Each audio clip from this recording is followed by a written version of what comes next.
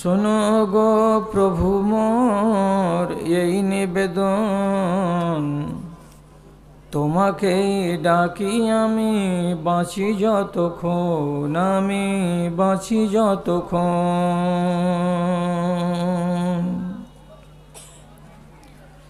আকাশের তারাগুলি মিটি মিটি হাসে, জানি এরা তোমাকে শুধু ভালোবাসে, এরা শুধু ভালোবাসে। আমিও বাসি যেন তাদেরও মতন, তোমাকে ডাকি আমি বাঁচি যতক্ষণ, আমি বাঁচি যতক্ষণ।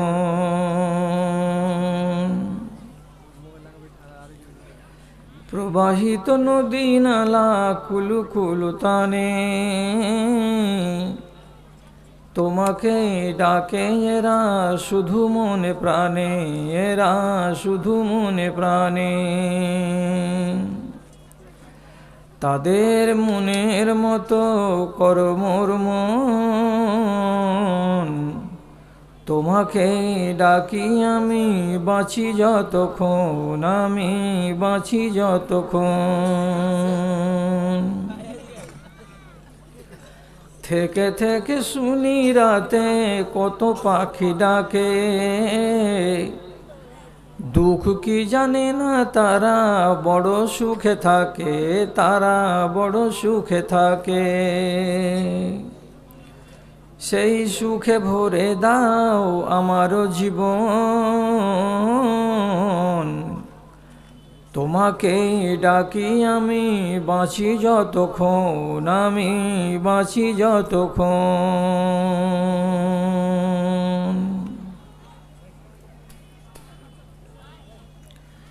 মাননীয় সভাপতি সাহেব, সমবেত এই গ্রামের এ প্রান্ত ও প্রান্ত থেকে মসজিদের ভালোবাসাকে বুকে নিয়ে, ইমানের দরদকে সাথে নিয়ে উপস্থিত বিভিন্ন শ্রেণীর আমার ছোট ও বড় সকল শ্রেণীর ভাই ও বন্ধুগণ, তথা এক পার্শ্বে মজলিসের শান্তশিষ্টভাবে বসে থাকা আমার আদরের মাতা ও ভগ্নীগণ, আমি আল্লাহ রাব্বুল আলামিনের অন্তরের অন্তরস্থল থেকে শুকর গুজারি করছি এবং তার হামদ সানা গাইছি যে আমি আমার জীবনের শেষ বেলায় আপনাদের এই গ্রামটাতে জালসার নামে হাজিরি দিতে পারলাম। ইতিপূর্বে এই গ্রামের নাম আমি হাজারবার করে শুনলেও এখানে আমার আসার সুযোগ হয়নি। আজ আপনাদের সামনাসামনি বা মুখামুখি হয়ে কিছু কথা বলার আল্লাহ আমাকে সুযোগ দিয়েছেন, আপনাকে সুযোগ দিয়েছেন আল্লাহ তাআলা ওই সমস্ত দিন ও ঈমানকে বৃদ্ধি করে এমন কথাগুলো শুনে নিজেকে সৌভাগ্যমণ্ডিত করবেন তার কাজে। আপনি একদিক দিয়ে ভাগ্যবান, আমি একদিক দিয়ে ভাগ্যবান। তো যে আল্লাহ আমাদের নামে এই সুযোগটুকু তৈরি করে দিয়েছেন, সেই আল্লাহ তাআলার একটু নামাক হালালি করি আমরা সবাই মিলে। আল্লাহ তাআলা নামাক হালাল বান্দাকে খুব পছন্দ করেন, নামাক হারামকে খুব ঘৃণা করেন। কাজে নামাক হালালি যদি করতে চান তাহলে আল্লাহর শুকরিয়া আদায় করতে হবে। মুখটাকে নাড়িয়ে, জবানটাকে হিলিয়ে মুহাব্বতের সাথে যদি একবার বলতে পারি আলহামদুলিল্লাহ, তারপরে তার আখেরি রাসূল রাহমাতুল্লিল আলামিন, বিপ্লবী জননেতা জনাবে মুহাম্মদুর রাসূলুল্লাহ সাল্লাল্লাহু আলাইহি ওয়াসাল্লামের উপর শত সহস্র দরুদ ও সালাম নাজিল হোক। আল্লাহুম্মা সাল্লি আলাইহি, আল্লাহুম্মা বারিক আলাইহি। বেরাদারান ইসলাম, একটা সময় ছিল আমি মানুষের সামনে গেলে কোরআন হাদিসও বলতাম, সেই সাথে সাথে সামান্য মার্জিত আকারে রং রসও করতাম। কিন্তু এক তো নিজের বয়স বেড়েছে, আমি 64 বছর বয়সের মানুষ, দ্বিতীয় কথা, আমাদের দেশের মুসলমানদের ইমানের অবস্থা অত্যন্ত শোচনীয়। তাহলে এই শোচনীয় ইমানকে, এই মাজা ভাগা ইমানকে একটু যদি সোজা করতে হয়, তাহলে রং রসের কথা দিয়ে হবে না। আল্লাহ তাআলা যেভাবে ওয়াদা করেছেন যে যদি মুসলমানেরা কোরআনের কথা শুনে এবং প্রিয় নবীর জীবনী থেকে লোমহর্ষক কিছু কথা শ্রবণ করে, তাহলে তাদের ঈমান বাড়বে, ঈমানের মরীচিকা দূরীভূত হবে। সেই আশাই, সেই ভরসাই আপনাদের সামনে একটা আয়াত পড়লাম। সেই আয়াতটাকে সামনে রেখে আপনারা যদি আমার সাথে কম করে হলে 1 ঘন্টা, আর বেশি করে যদি হয় তো 1.5 ঘন্টা এই সময়টুকু দিতে পারেন, তাহলে এ বিষয়ের উপরে আমার কথা সম্পূর্ণ করে নিয়ে আমি বিদায় হব, আপনারা কেউ বিদায় করব ইনশাআল্লাহ। আল্লাহ তাআলা বলছেন, এর থেকে বড় জালিম আর দুনিয়াতে কে হবে?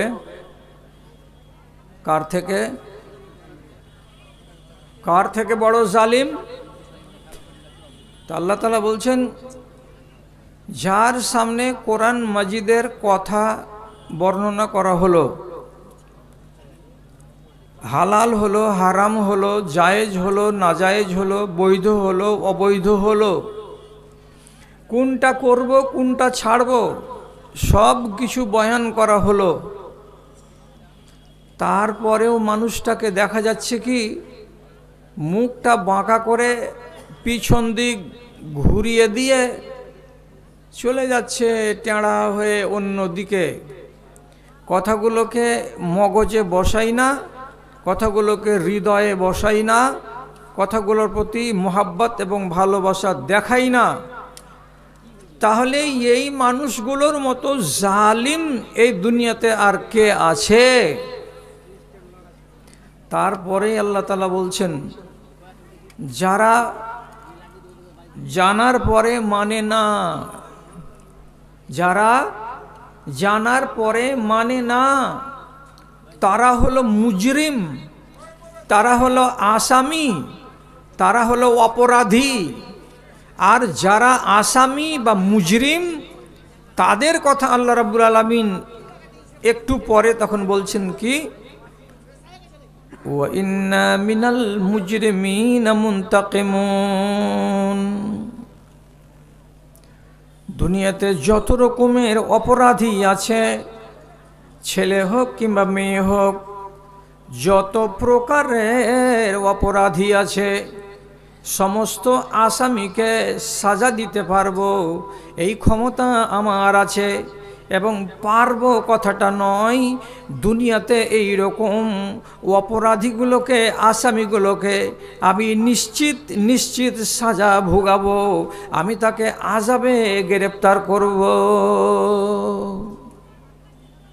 কঠিন কথা। যারা শুনে, শোনার পরে জানে, আর জানার পরে মানে না, এরা হলো মুজরিম। আরে মুজরিম মানে আসামি। আর আল্লাহ তাআলা বলছেন আসামিকে ছেড়ে কথা নয়, ওকে আযাব দিবই দিব, ওকে শাস্তি দিবই দিব। একগুলো শাস্তি হলো দুনিয়ার, আর আরেকগুলো শাস্তি হলো আখেরাতের। কোনোগুলো শাস্তি আখেরাতে দিতে গেলে মিটে যাবে, আর কোনোগুলো শাস্তি দুনিয়াতে দিতে গেলে আখেরাতে আর দেওয়া হবে না। বিভিন্ন রকম আছে। এবার আমি যে আপনাদের সামনে আয়াতটাকে পড়লাম, সে আয়াতের নিরিখে এখন যদি বলি, আমাদের দেশে কি এইরকম লোক আছে গো, যারা সারাটা বছরে 52টি জুমার খুতবা শুনে জান্নাতের ওয়াজ, জাহান্নামের ওয়াজ, সুদের ওয়াজ, মদের ওয়াজ, ব্যভিচারের ওয়াজ, চুরি ছিনতাইয়ের ওয়াজ, জাদুর ওয়াজ, শিরিকের ওয়াজ, মা বাবার খেদমত সম্বন্ধে ওয়াজ, হালাল এবং হারাম সম্পর্কে ওয়াজ, এতগুলো ওয়াজ শোনার পরে ওয়াজগুলো মানে না, এইরকম কি আসামি আমাদের দেশে আছে? এখন আপনি বলবেন কি জানি ভাই আছে কি না, আমরা তো অত চিন্তা করে দেখি না। তো তোমরা মৌলভী সাহেব মানুষ, তোমরা দেখো আর দেখার পরে বলো। তাহলে সোজা সোজা বাংলাতে বলছি, কথাটা যেন আপনারা কেউ বেশি করে না নিয়ে নেন। আজান পড়ে মসজিদে, তারপরে শত শত মেয়ে ছেলেকে রান্নাঘরে রান্না করতে আপনি চোখে দেখেছেন? নিশ্চয় বলবেন হ্যাঁ। আজান পড়ে জোহরের, তারপরে শত শত বন্ধুকে ভাইকে আপনি চাষের জমিতে হাল চালাতে, ট্রাক্টর চালাতে অথবা পুল জমিতে গাঁড়তে চোখে দেখেছেন? আপনি উত্তর দিবেন হ্যাঁ। আজান পড়ছে জোহরের, তারপরে যে কোনো মোড়ে, চায়ের দোকানে, মিষ্টির দোকানে, কাপড়ের দোকানে, রেডিমেডের দোকানে, সারের দোকানে মানুষ বসে আছে দুটা একটা, তাদের ভেতরে হেলদোল নেই, অজু করার কথা ভাবে না, মসজিদে যাওয়ার কথা ভাবে না। এমন ছেলেদেরকে আপনি চোখে দেখেছেন? যদি বলেন হ্যাঁ দেখেছি, তাহলে যদি আজান পড়ার পর এদেশের শতকরা 25টা মেয়ে ছেলে রান্নাঘরেই থাকে, যদি আজান পড়ার পর 100টার ভেতরে 20টা লোক দোকানে মগ্ন থাকে, 100টার ভেতরে 30টা লোক যদি চাষাবাদে যুক্ত হয়েই থাকে, 100টা লোকের ভেতরে যদি 20টা লোক বা তার চাইতে কিছু বেশি লোক দুনিয়ার ধান্দাতে লেগেই থাকে, বাজারের গন্ডগোলের ভেতরে মিশিয়ে থাকে, তাহলে আপনি বলুন এরা কি জীবনে জুমার মসজিদে হাজিরি দেয়নি? কটা জুমা হয়? তো 52টা সারা বছরে। ওয়াজ কতটি শুনেছে? আধা ঘন্টা করে, 26 ঘন্টা।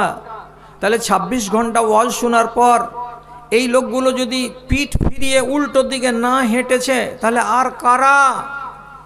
আর এই লোকগুলো যে পিঠ ফিরিয়ে, মুখ ফিরিয়ে উল্টো দিকে চলে গেছে, এরা যদি আসামি না হয় তাহলে আর কারা? এইগুলোই হলো আসামি। আর এদের কথাই আল্লাহ রাব্বুল আলামিন বললেন ইন্না মিনাল মুজরিমিনা মুনতাকিমুন, বদলা চুকিয়ে নিব যারা যারা আসামি আছো তাদের। দাদারে, ভাইরে, যতটি লোক জালসা শোনার জন্য বসে আছেন, কান খুলুন, কথাগুলো কি বলছি। বলবো কারে, বলবো কারে, শুনবে কে রে, আছে কাহার জিন্দা প্রাণ, দেহখানি মরে গেছে, খাড়ো আছে দুটো কান, খাড়ো আছে দুটো কান।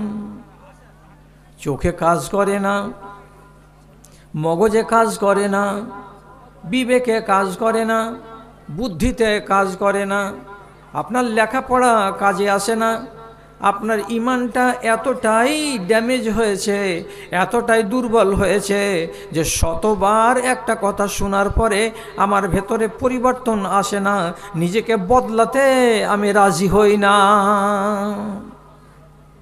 তাহলে এরা আসামি নয়? আপনি যদি নিজেকে আসামি বলতে না পারেন, তাহলে আর আমি কি ওয়াজ শোনাবো? আমাকে তো মাঝ রাস্তাতে থেমে যাওয়াটা উচিত। চোখের সামনে দেখতে পাচ্ছি বলে বলছি, চোখের সামনে দেখতে পাচ্ছি এবং সেই দুঃখের কথাটা আপনাকে শোনাচ্ছি।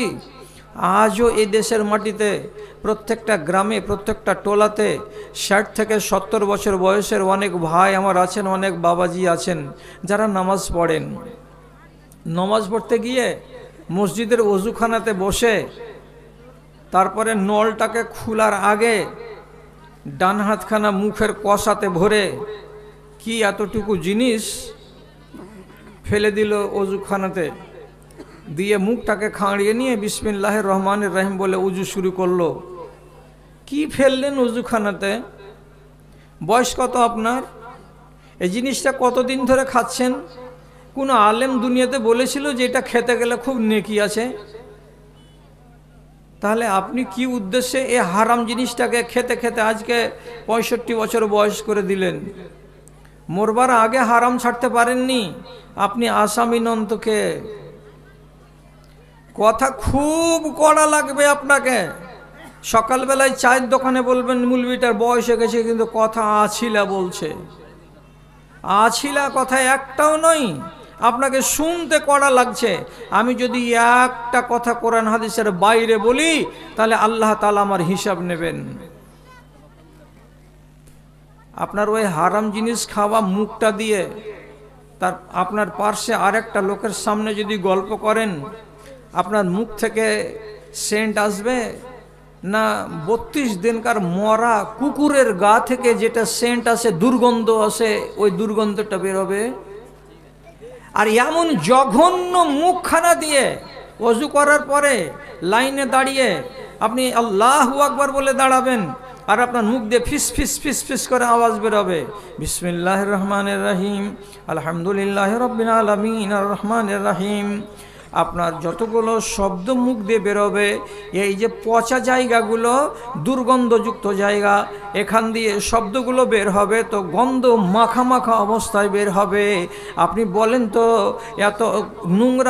এত নোংরা জিনিসগুলো যেগুলো গায়ে লেগে যাচ্ছে পবিত্র কোরআনের, পবিত্র কিতাবুল্লাহর, তাহলে এগুলো কি আল্লাহর ফেরেশতারা শুনতে পারবেন? এগুলো কি আল্লাহ রাব্বুল আলামিনের ফেরেশতারা আপনার পাশে দাঁড়িয়ে লিপিবদ্ধ করবেন? হবে? কিন্তু আপনাকে তো শিখাতে পারিনি। ওয়াজ করে করে আমি বুড়া হয়ে গেলাম, আপনি শুনে শুনে বুড়া হয়ে গেলেন। ইমান বাড়ছে না, ইমান কমছে। যদি বলেন না, তাহলে ছোট করে একটা প্রশ্ন বলছি, আপনি নিজের জায়গায় বসে বসে শুনেন, আপনি আওয়াজ করিয়েন না। কি 30 বছর আগে, 30 বছর আগে যা আমাদের দেশের অবস্থা ছিল তার দিক দিয়ে দেখে বলছি, 30 বছর আগে আমাদের দেশে মসজিদের সংখ্যা যতটি ছিল তার তুলনায় আজকের দিনে মসজিদের সংখ্যা বেড়েছে না কমেছে? বেড়েছে। 30 বছর আগে আমাদের দেশে ট্রেন এবং বাস যতটি ছিল তার তুলনায় আজকের দিনে বেড়েছে না কমেছে? বেড়েছে। 30 বছর আগে আমাদের দেশে যতটি স্কুল ছিল, কলেজ ছিল, মাদ্রাসা ছিল, ব্যাংক ছিল, কোর্ট কাচারি অফিস আদালত ছিল, তার তুলনায় আজকের দিনে এগুলো বেড়েছে না কমেছে? বেড়েছে। 30 বছর আগে আমাদের দেশে জনসংখ্যা যতটি ছিল, 30 বছর পরে আজকের দিনে জনসংখ্যা বেড়েছে না কমেছে? বেড়েছে। তাহলে আর কত বলবো? স্কুল বাড়লো, কলেজ বাড়লো, মাদ্রাসা বাড়লো, শিক্ষা প্রতিষ্ঠান বাড়লো, বাস বাড়লো, ট্রাক বাড়লো, জিপ বাড়লো, রেল লাইন বাড়লো, ব্রিজ বাড়লো, রাস্তা বাড়লো, জনসংখ্যা বাড়লো, সারা দেশের সব জিনিস বাড়লো বাড়লো বাড়লো বাড়লো। এবার আপনি জব করেন, আল্লাহর ওয়াস্তে হ্যাঁ করুন বা না করুন, সবই যখন বাড়ছে, তো আমাদের দেশে এতগুলো জনগণ, এত মুসলমান, তো আমাদের মুসলমানদের ভিতরে তাদের ইমানটা বাড়লো না কমলো? হিসাব করে আনবেন কালকে। ইমান বাড়ছে না কমছে? ইমান কমছে। সব বাড়বে আর ইমান কমবে, কেন হবে এইটা? এইরকম কথাটা তো আমরা মনে মনে ভাবিনি। আদের মরণ লীলা, নুহের তুফান, এ কিসের পরিণাম জেনেছো সবাই? খেয়াল করুন, আদের মরণ লীলা, নুহের তুফান, এ কিসের পরিণাম জেনেছো সবাই?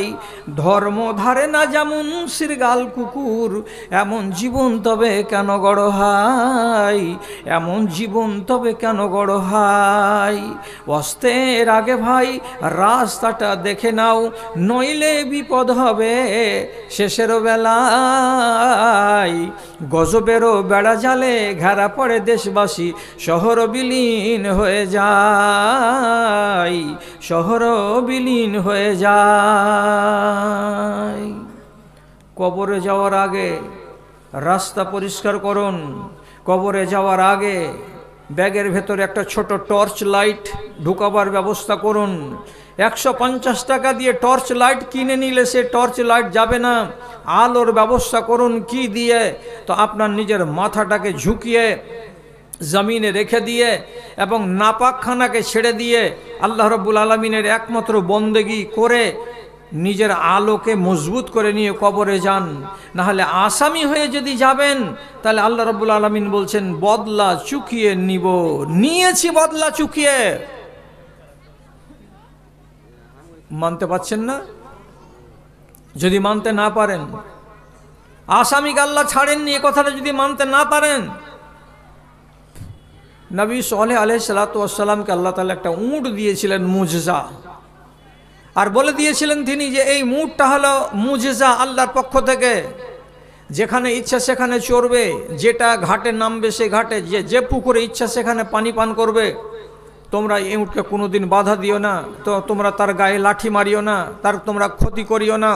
এটা আল্লাহর পক্ষ থেকে এসেছে, এটাকে তোমরা নাড়তে গেলে বিপদ হবে, এটা মুজজা। আমি তোমাদের বার বার বার বার সাবধান করছি, এটা মুজজা, এটা আল্লাহর দেওয়া একটা নিশানি।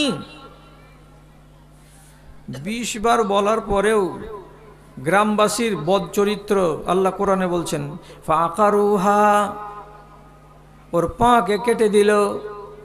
এই উট তুই এত সিয়ানা, যার জমিতে পাবি ঢুকে যাবি, মড়মড় মড়মড় করে কচি কচি ভুট্টার গাছগুলোকে খেয়ে নিবি, খেসারির জমিতে ঢুকবি এবং পাইমাল করে খেয়ে ফেলবি, এটা বরদাস্ত করা যাবে না।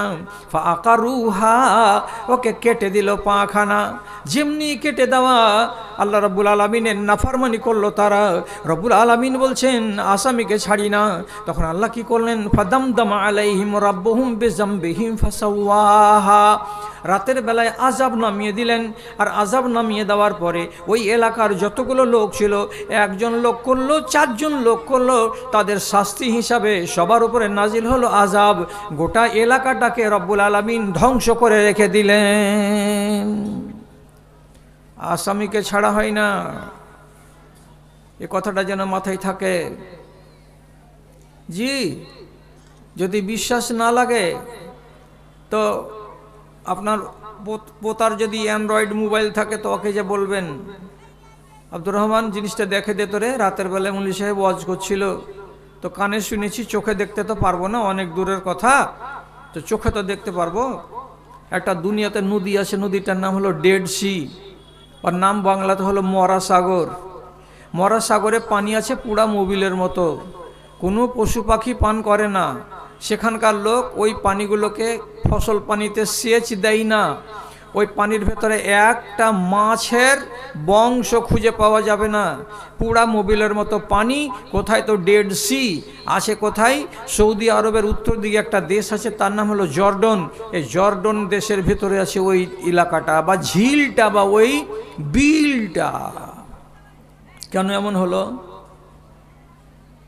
লম্বা করে লাভ হবে না, আপনারা লম্বা আওয়াজ শুনতে পারবেন না। এগুলো লম্বা আওয়াজ শুনবে মুর্শিদাবাদের লোক এবং ঝাড়খণ্ডের লোক, আপনি শর্ট আওয়াজ শুনেন।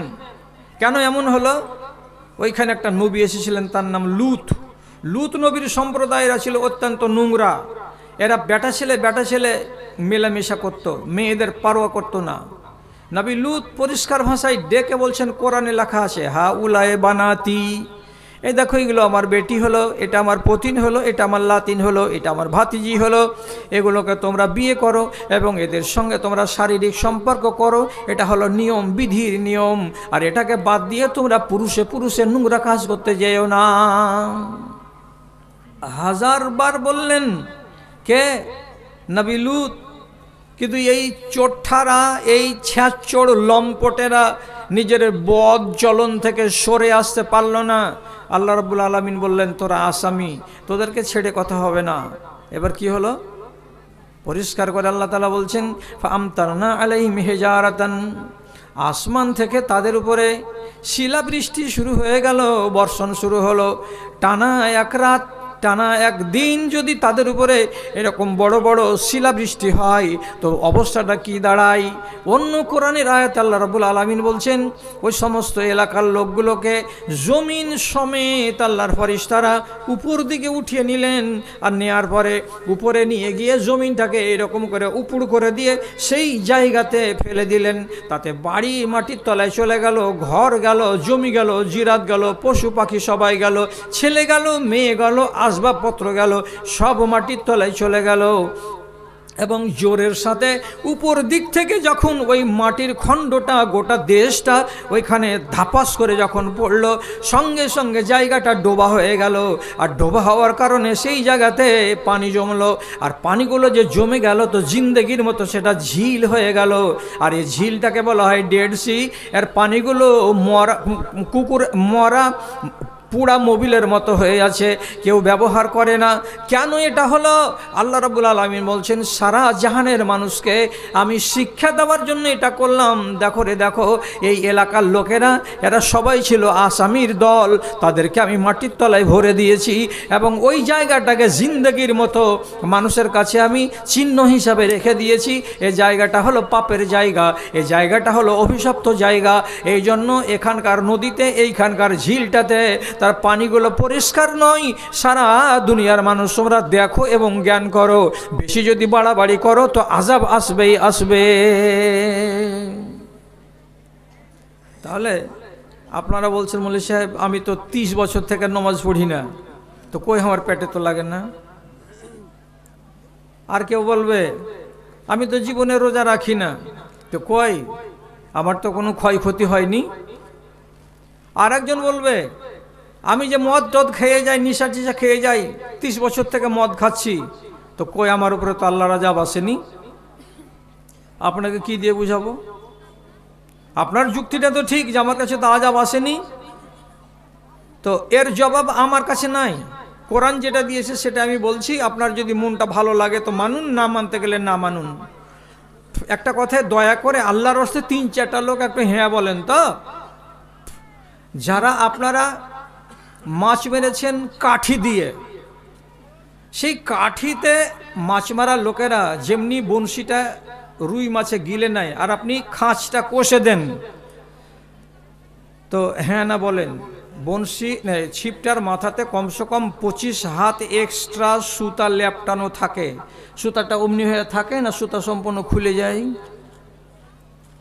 খুলে যায় না? খুলে যায়। আপনি তো জানতে পারছেন যে মাছ লেগে গেছে, তো সাথে সাথে ছেঁচড়ে তুলেলেন না। যারা চালাক মাছুয়ারা তারা কি সঙ্গে সঙ্গে টেনে হিঁচড়ে তুলে নেই না? কি করে? ওকে কি করে? খেলাই। খেয়াল, এদিকে দৌড়াবে, ওদিকে দৌড়াবে, এদিকে হুড়কি মারবে, ওইদিকে হুড়কি মারবে, আর ছিপটাকে টন টনে করে ধরে রাখবে। যখন দেখলো যে না পালাবার উপায় নাই, নিস্তেজ যখন হবে আর দৌড়াদৌড়ি করবে না, তখন আস্তে আস্তে এই চালাক শিকারী ছিপটাকে ধরে আস্তে আস্তে করে টেনে টেনে টেনে টেনে 5 কেজি রুইটাকে ডাঙায় তুলে আনবে। কোরআন কি বলছে? উমলি লাহুম ইন্না কাইদি মাতিন।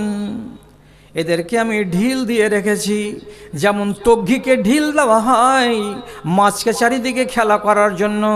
তারপরে যখন ওকে ধরা হয় তখন কলসাতে আঙুল দিয়ে বাজারে নিয়ে আসা হয়। আল্লাহ তাআলা কোরআনে বলছেন আমি তাদেরকে ঢিল দিয়ে রেখেছি, করো আরও করো, মদ খাও আরও মদ খাও, মাগিবাজি করো আরও মাগিবাজি করো, নমাজ ছাড়ো আরও নমাজ ছাড়ো। তোমার এই রকম করে ছেড়ে ছেড়ে ছেড়ে ছেড়ে যখন বেশ কিছুদিন হয়ে যাবে, সেদিন আমি যখন টান লাগাবো, তো টান লাগাবার কালে কিন্তু তুমি আর রেহাই পাবে না, আমি তোমাকে টেনেই কিনারায় নিয়ে আসবো। কেমন করে টান লাগাই? কেমন করে লাগাই? কোরআন মাজিদের আয়াত পড়লাম, তারপরে হাদিস বলছি। আল্লাহ রাব্বুল আলামিন বলছেন ইজা আরাদাল্লাহু বিআবদিহি খায়রান ইউআজ্জিলু উকুবাতাহু ফিদ দুনিয়া। যতগুলো পাপ করেছেন আল্লাহ রাব্বুল আলামিনের যদি মনে জাগে যে এই লোকটাকে দুনিয়াতে তার আযাব দিয়ে তাকে আমি হালকা করে দেব, তো আযাব দিয়ে দিতে পারেন। কেমন আযাব? আযাবটা কেমন হলো? এমন বড় রোগে পড়লো, 30 বছর ধরে মদ খাওয়ালো, কলকাতা থেকে রিপোর্ট হলো, বলছে তোমার লিভার নষ্ট হয়ে গেছে 80%, 20% বাকি আছে, বাড়ি যেয়ে যত পারো ভালো খাও আর শুধু আরাম করো। কতদিন আরাম করবো ডাক্তারবাবু? বেশি জোর যদি করো তো 6 মাস করো, তারপরে ভোজ খেতে চলে যেতে হবে কবরস্থানে। এখন তোমার বাকড়ামি শেষ, সারা দুনিয়ার ডাক্তার তোমাকে আর ভালো করতে পারবে না। এবার পড়ে থাকো বিছানায় কতদিন ধরে? তো 6 মাস ধরে। কিডনি ফেল, 6 মাস 3 মাস পড়ে থাকো, থাকার পরে কবরে যাও। অথবা আল্লাহর কি আযাব হবে, যারা বেশি ডান পিটে হয়, যারা বেশি মাতব্বর হয়, মস্তান হয়, তাদের যদি আল্লাহ না করে হঠাৎ কোনো মরণ হয়ে গেল, হঠাৎ মরণ মানে কি, মোটরসাইকেলে অ্যাক্সিডেন্ট হয়ে মরে গেল, অথবা তাকে কোনো ট্যাক্সিতে কিংবা ট্রাকে চেপে দিয়ে তার শেষ করে দিয়ে চলে গেল, কিংবা তার উপর থেকে দেয়াল পড়ে গেল, কিচ্ছু বলতে পেল না মরার কালেও, এবং মাকেও ডাকতে পেল না, বাবাকেও ডাকতে পেল না, একবার কলেমাও পড়তে পেল না, হঠাৎ করে মরে যায়। যদি হঠাৎ করে মরে যায় দুনিয়াতে কোনো মানুষ, তো জানবেন আমার ভাইরা, আমার দাদারা, একটা ভালো মানুষ মরলো তার লক্ষণ হলো 6টা, আর একটা মন্দ মানুষ যদি মরে তো তার লক্ষণ হলো 3টা লক্ষণের ভেতরে 1 নম্বর লক্ষণ হলো তাকে আল্লাহ তাআলা শান্তিতে 15 মিনিটে, 20 মিনিটে, 1 ঘন্টায়, 2 দিনে মরণ দেবেন না, ওকে হঠাৎ করে মরণ করে দেবেন। আর হঠাৎ করে যদি মরণ হয়ে যায় এটা হলো সবচাইতে বাজে মরণ। অ্যাক্সিডেন্ট হয়ে মরে গেল, রোডে পড়ে আছে, জ্ঞান নাই, পড়তে পড়তে জ্ঞান হারিয়ে গেছে। এবার ওর কানের কাছে যে আপনি আস্তে আস্তে বলেন তো লা ইলাহা ইল্লাল্লাহ, লা ইলাহা ইল্লাল্লাহ, ও তো হা করে তাকাইছে, এখনো লা ইলাহা পড়বে? তাহলে আল্লাহ এমন মরণ কেন দিলেন? যে না, তোর আগেকার রেকর্ড ভালো নেই, এই জন্য তোমাকে আমি এরকম মরণ দিলাম। জি, কথাটা মেনে নেন, তাহলে আযাব দিতে আল্লাহ তাআলা ছাড়বেন না, সে ছেলে হোক অথবা মেয়ে হোক। যদি অপরাধী হয়, আল্লাহর আইনকে অগ্রাহ্য করে, আল্লাহর আইনকে না মেনে, তাহলে কত রকমের অপরাধী আমাদের দেশে আছে। এই করতে করতে করতে করতে শেষে ইমানটা কি হয়েছে, সাংঘাতিক কথা বলছি। এই গ্রামটার নাম কামডোল, না আমডোল, না কামডোল? কামডোল। এই কামডোলের তীরমোহনী মোড়ে অনেক দোকান আছে, সকালবেলায় আলোচনা করবেন। যদি কোনো লোক বলে এই কথাটা মুলি সাহেবটা বেশি বলেছে, তাহলে এই দেশের যিনি আলেম আছেন আপনাদের কাছে বিশ্বস্ত, তার কাছে নিয়ে গিয়ে সার্টিফাই করাবেন। সার্টিফাই হয়ে গেলে আলহামদুলিল্লাহ, আর না হয়ে গেলে আমাকে ফোন করবেন। কি, এই দেশে এখন 3 প্রকারের ইমান দেখতে পাওয়া যায়। কয় প্রকার বললাম? 3 প্রকার। একগুলো ইমানের নাম হলো ইবলিসি ইমান। ওরে আল্লাহ, লোক হা করে তাকাইছে আমার দিকে। একগুলো ইমানের নাম ইবলিসি ইমান, আর একগুলো ইমানের নাম ফেরাউনি ইমান, আর একগুলো ইমানের নাম আবু লাহাবি ইমান। মানে কিছু লোকের কাছে ইমান আছে তো ইমানটা কেমন, তো আবু লাহাবের মতন। কিছু কিছু লোকের কাছে ইমান আছে, ইমানটা কেমন, তো ফেরাউনের মতো। কিছু কিছু লোকের কাছে ইমান আছে, কেমন ইমান, তো বলছে এর ইমানটা আছে আবু লাহাব আর ফেরাউন আর আরেকটা কার, ইবলিসের মতো। 3 জনের 3 রকমের ইমান আছে। আর এই 3 রকমের ইমান আমাদের দেশে আমি দেখতে পাচ্ছি আমার চোখ দিয়ে। যদি মিলে যায় তো ভালো কথা, আর না মিললে রাস্তা ঘেরিয়েন না আমার। কেমন করে দেখলাম, তো কেমন করে দেখলাম এই কথাটা যদি আপনাকে খুলে বলতে চাই, তো তাহলে সত্যি করে আপনাকে বলছি, কথাটা কষ্ট লাগবে আপনাকে শুনতে।